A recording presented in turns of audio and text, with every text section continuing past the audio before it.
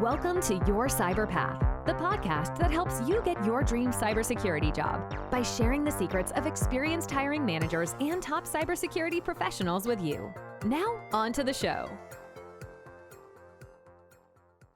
Hi, welcome to Your Cyber Path. I'm Kip Boyle, and I'm here with Jason Dion. Hey, Jason. Hey, Kip. Nice to see you again. How have things been going for you? I know you've been busy recently. It's going really well. Thanks a lot. I want to tell a quick story about something really cool that happened. This is kind of a business-oriented story, but I own my own business just like you do, and so I can't help it when my business does something really cool. I'm like a proud dad, you know, because I spend so much time nurturing my business. Anyway, so you and I did the NIST implementing the NIST cybersecurity framework, which is available on Udemy. And I think that course launched like late February, didn't it? I think. Yes. Yep. Right. And so we're recording this in mid-June. Well, one of our learners from a big tech company reached out to me and said, hey, we're going to implement a cyber resilience program. And I just watched your course with Jason, and we need your help because we don't know really what we're doing.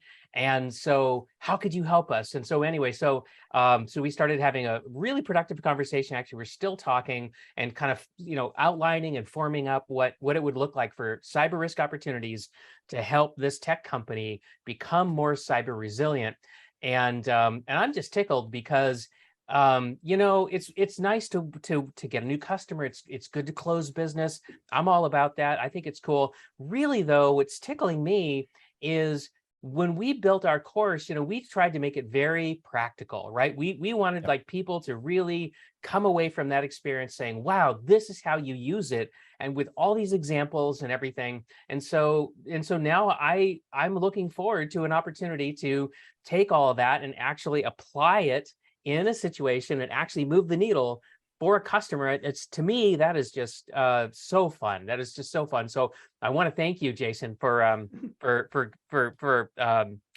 collaborating with me to make that course, because I don't know that I would have been able to do it on my own. So thank you.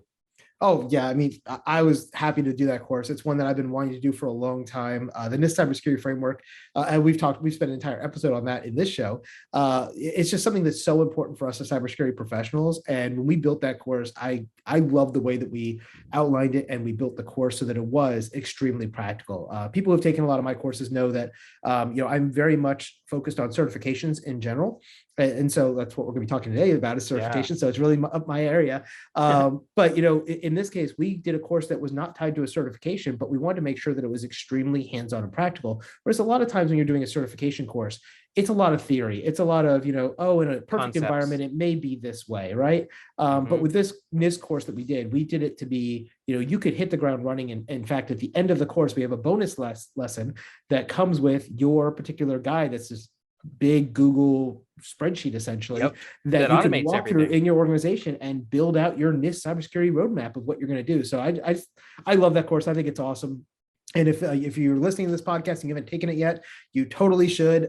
You can find that over, just go to diontraining.com/Udemy, and you'll see it listed on our Udemy page with our discount code already embedded. So when you click on that link, it goes through and you get the lowest price on the course instead of paying whatever the full retail is. So totally recommend it. And we'd love to have you in the course. So anyway, that's my pitch for the NIST cybersecurity framework course. I know that's totally not why you brought it up, Kip, but I'm going to take the opportunity. Mostly I just want to say, I think that you and I, we love to bring what works to our students. And so I'm going to be able to take what I learn from this new opportunity, if we're successful in negotiating it. And maybe when we refresh that course, right, I'll be able to put that information, in an anonymized way, but be able to put that in there, and that's one of the things I really enjoy about teaching is to be able to help people really solve problems.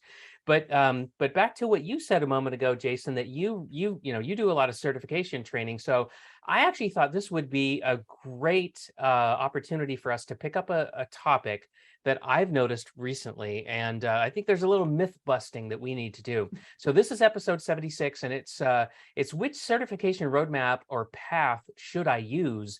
And the reason why this is coming up, and I know I've told Jason this in a show prep, but I'm going to just quickly give a thumbnail sketch. So there is a certification so-called roadmap out there right now, floating around on the internet. I've seen it on Reddit. I've seen it all over the place. And the current version, it's in the upper left-hand corner. It says Security Certification Progression Chart 7.0.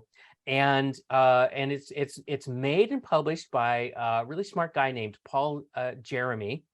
And he's got like 356 certifications in this very beautifully laid out, very colorful chart. And I have heard people look at this and start to plan their future certifications based on the way that this chart is laid out, which I think is a terrible idea. Because you would never open up, you would never say to yourself, well, I think I'm going to read up a little bit on technology so that I'll be better on the job. I know, I'll go get Wikipedia and I'll pull up the first page of Wikipedia and I'll start reading, and then I'll click up the next page in Wikipedia on technology and I'll read that.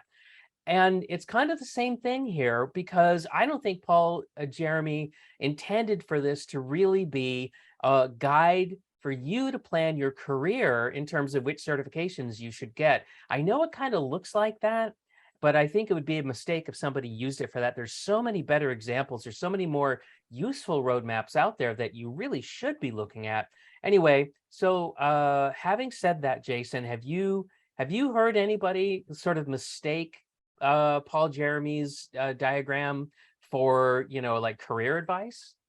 Yeah, so for those listening, if you go to yourcyberpath.com/76, which is the number of this episode, you'll be able to pull up this security certification progress chart. And as Kip said, the latest version on the PNG or image file is 7.0, which came out in October of 2020. There's actually a more recent version on Paul's website, on pauljeremy.com, that is from April of 22, and there's over 430 or 440 certifications on his chart. So if you look at this, what he's done is he's basically broken things down into different categories that align to the ISC squared CBK for the security domains. Now, what does that mean? That's a whole lot of letters I just threw out there. Well, ISC squared is the people who run the CISSP, or Certified Information System Security Practitioner certification, which everybody knows is kind of the granddaddy of certifications when it comes to IT cybersecurity. They also have a couple of other ones, but really that's the one they're known for. And so what he's done is he's gone in there and he said, okay, here are the different domains that we cover inside of CISSP. We cover communication and network security. We cover IAM, or information and identity and access management, excuse me. Mm-hmm. We have security architecture and engineering. We have asset security. We have security and risk management. We have assessment and testing. We have software development and security. And then we have security operations. So these are the different categories that the CISSP exam tests people on. And so what he did was he made a column for each of these, and then he started putting all the different certs and where they belong in each of these categories. So as Kip said, this isn't a progression in your career, but really it's what fits into each of these areas based on what CISSP is looking at. And so, for example, if I wanted to look at something like Security Plus, which everyone should get as a baseline in cybersecurity, that only covers a couple of these domains. Namely, it touches asset security, security risk management, assessment and testing, software development and security, and a little bit of security operations. But it doesn't talk at all about security architecture and engineering, IAM, or communications and network security, according to Paul's chart. Now, I will tell you, I don't think that's right, because there is IAM covered in Security Plus, there is network security covered in Security Plus, and things like that. So again, you can't take this with, you got to take it with a grain of salt. You can't say this is the gospel truth, because it's not. And when you see that block for Security Plus, you see it stretches across 4 of those domains, but not all 7. If you look at CISSP, it crosses all 7. If you look at some other certs like, I don't know, let's pick one off of here. IDLE Foundation. Yeah. CAS Plus, that's another good one. So CAS Plus covers pretty much everything that CISSP does. So it covers all 7, right? But if you go and look at something like IDLE Foundation, that's really focused on IT operations. And so they put that under asset security because of configuration management and security and risk management. And they covered those 2 areas. I don't think that's necessarily where it belongs either, but that's why we brought up this security certification progress chart, because a lot of people are seeing it and going, I need to go collect all the dots on this map. And you don't. That is not the purpose of this map. Right. It was just and we're not throwing Paul Jeremy under the bus either. We're not saying that he made this deliberately trying to fool anybody. He didn't. If you go read his website, he never tells you that you should use this for planning your career, right, Jason? Right, but that's what people are using it for, and that's the problem, right? And so if you go to his website, like all of these in the website version are clickable. And so if I go down and say, oh, I'm interested in Security Plus, let me learn more about that, and I click on it, it takes you over to CompTIA.org to their Security Plus page. If I click on IDLE Foundation, it takes you to Axelos's website, which does IDLE Foundation. And so that's what his purpose was. It was basically, here's a list of every certification I can find that relates to the 7 or 8 domains that CISSP has. I say 7 or 8 because depending on the version, there was anywhere between 6 and 8 domains because they keep adding and subtracting some. I think as of this version, there was 7. And he put those little blocks on there so you could click on them and it would take you there. You could learn more about it. Now, if you're going to pick a certification roadmap or a pathway, I personally much prefer the CompTIA one.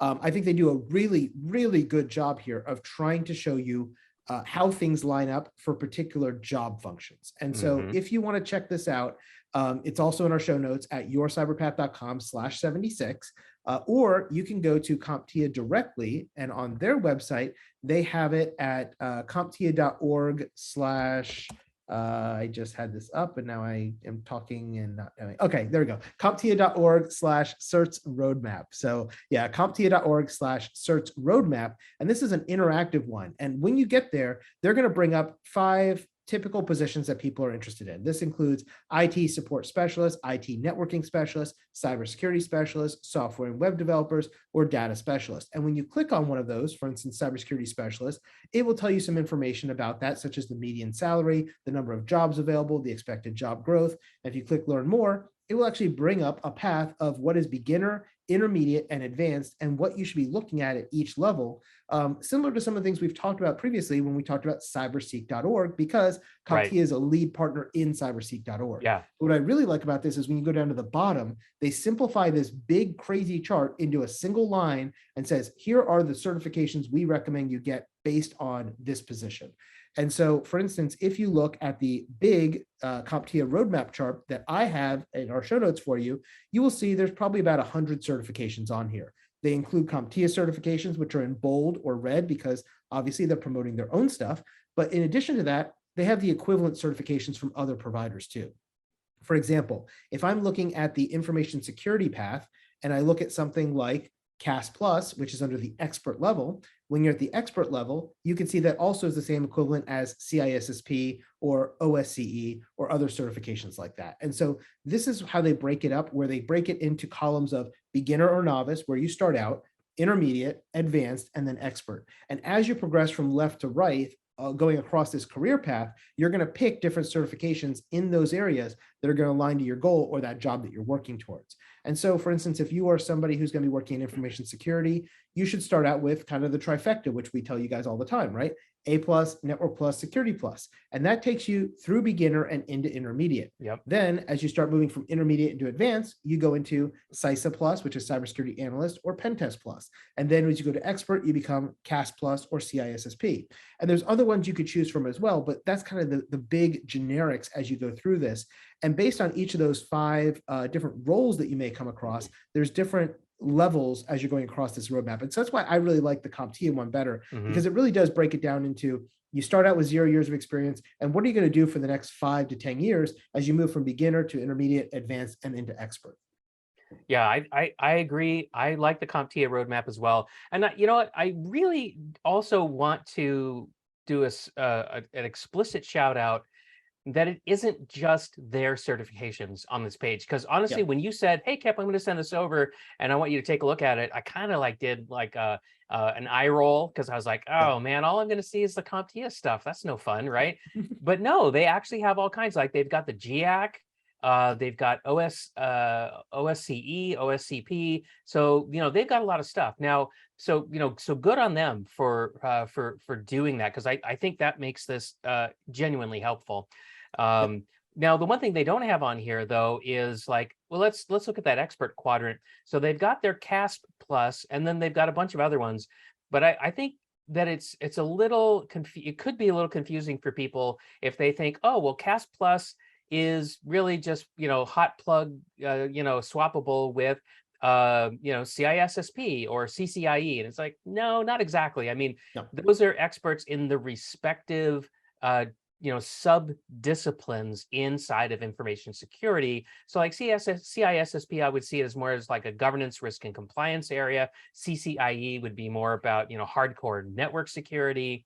OSCE, red teaming, that sort of thing. So do unpack this a little bit more so that you understand, how these things actually differentiate. But anyway, so I'm not trying to nitpick. I just want to make sure people understand. If you've never seen this before, I just don't want you to be confused on that particular point, but it's really good. And I'm glad you mentioned cyberseek.org, which we're going to put that in the show notes too, because this chart is helpful because it kind of gives you that beginner, intermediate, advanced, expert layout. But because it doesn't tie to job title, I want you to go over to cyberseek.org. I want you to find the title for the job you want, and I want you to use the reference material in there to really narrow down on exactly which certifications employers are requesting, because that's one of the things that I love about CyberSeek is they're actually going out, they're actually dumping all the job postings, and that's where they're really getting their data from. And you know what? If there is a Bible, if there are gospels as far as like, what certifications you should get, it's job postings more than anything else. Yep. More than when your buddy says, well, don't get that cert. That's too trashy. Get this other one because it's much better. Okay, so I don't go get certified ethical hacker. Instead, I go off and I get, what's the or OSCP. Yeah. Sure. Right. So now I'm kind of like all set up as far as like, my buddy is concerned. Right. So now he thinks I'm cool because I got the right cert. But what if that was the total wrong cert to get a job? That's not good. I mean, okay, it's nice that your buddy loves you, but he's probably not going to cut you a paycheck every 2 weeks. So, keep this in mind. The other thing I would say is, as you're looking at which cert do I get, and we did talk about this back in episode 55, which certification should I get? So if you haven't listened to that, I definitely recommend going back, yourcyberpath.com/55, and we'll link to that in the show notes as well. But when you're looking at this and somebody says, hey, are you going to get XYZ certification? Well, maybe. Let's see if it comes up on one of these lists, right? So for instance, I'll give you an example. There is a certification called the Digital Forensic Examiner, DFE, and I have this certification. And I will tell you that 99% of the people out there probably don't even know what a DFE is, right? It is a very specialized niche certification that you had to have if you were a DoD contractor or DoD employee working in forensics doing a certain level job. And so I got it because of that. But if I had to pay a lot of money to go get that out of pocket because somebody said, hey, I think DFE is cool, you should go get it. If I go look at that, I'm going to find out that it doesn't show up on this chart. I'm looking at the CompTIA one and I don't see it there. I'm looking at the other one that you had brought over from Paul Jeremy, and I don't think I see DFE there either on their 400 and something different certifications that they've listed here. So I'm not seeing it there, right? So instead I might want to go get something like FTK certified or one of the others. So it's some of the benefits of using these type of charts is that you can see what are other organizations saying is important. And as you pointed out when we talked about the CompTIA chart, the CompTIA roadmap doesn't specify it only CompTIA stuff. It has other stuff there as well, right? Even though they have things that compete with them. So for instance, CompTIA has Linux Plus, and I will tell you, I know a lot about Linux Plus because I'm currently filming my Linux Plus course that is going to be coming out in July. Yes, so yeah, so I like Linux Plus. That said, I'm also an authorized platinum partner with LPI, which is Linux Professional Institute, and they teach Linux Essentials. And if you look here on the chart under Network and Cloud, Linux Essentials shows up under Beginning and Novice. Intermediate has LPIC 1, which is Linux Professional Institute certification 1, and there's level 2 and level 3 as you go to advanced and expert. And CompTIA put all of those in there, even though they also have Linux Plus, which competes with LPIC 1 and Linux Essentials, because it's a replacement for those two. And so being able to know that, hey, if I get Linux Plus, that counts the same as these other two is important. Or do I want these other two instead of Linux Plus, because that's what employers are looking at. And being able to check that as you're looking at job postings is going to help tell you which one you should get. But being able to look at a chart like this and understanding, I always think, if you think in 5-year increments, it really works well for your career. So you should say, okay, in 5 years, I want to have X position. To get X position, I need A, B, and C certifications. And so I'm going to do A this year, B next year, C in year 3, and you can plan yourself out. And sometimes there's that position you want in 5 years is 2 positions away. And so you might be working the help desk today, and you want to be a forensic examiner. Well, to get there, you're probably going to have to become a system administrator first. And then from a system administrator, you can become a forensic examiner. And so you might say, okay, over the next 5 years, within 2 years, I need to be a system administrator. And then I need to do that job for 2 or 3 years before I can become a forensic examiner. And I need to get these certs, and I need to get this degree. But by having that 5-year plan and working towards those things and checking those things off, you're going to very quickly go up in your career, which is going to give you higher pay, more promotions, more responsibility, all those great things that you want in a long-term career. And I've done this myself in my career. I've always looked not at the next job, but the job after that. And by always looking 2 jobs ahead, you always are positioning yourself for the right place. And it helps you advance so much quicker than if you wait till you get the next promotion and then figure out where you want to go from there. It's almost like you and I were in the military or something. Yeah, I mean, the military is really good about having these like set career paths. And but if you, and in the military, because they are so stringent, if you miss doing something at a certain part of your career, it will screw you over 10 years from now. And you can't go back and fix that thing. If you forgot to do that thing as a young lieutenant, you can only do that thing as a young lieutenant. And so you can't go back and fix that after. And sometimes we, in the IT world or cybersecurity world, it's not necessarily that stringent because you can always go back, but you really want to have to go back and take a pay cut or a backwards step to hit that job you want. No, you want to be able to always move forward. And so by laying this stuff out, you can really plan for the best. Right. Oh boy. There's no doubt, Jason, we could continue to talk about this for a lot longer than we have already, but my sense is that maybe we've come to a good place to hit the pause button and maybe wrap it up. Was there anything else you wanted to say, that you haven't said yet before we wrap it?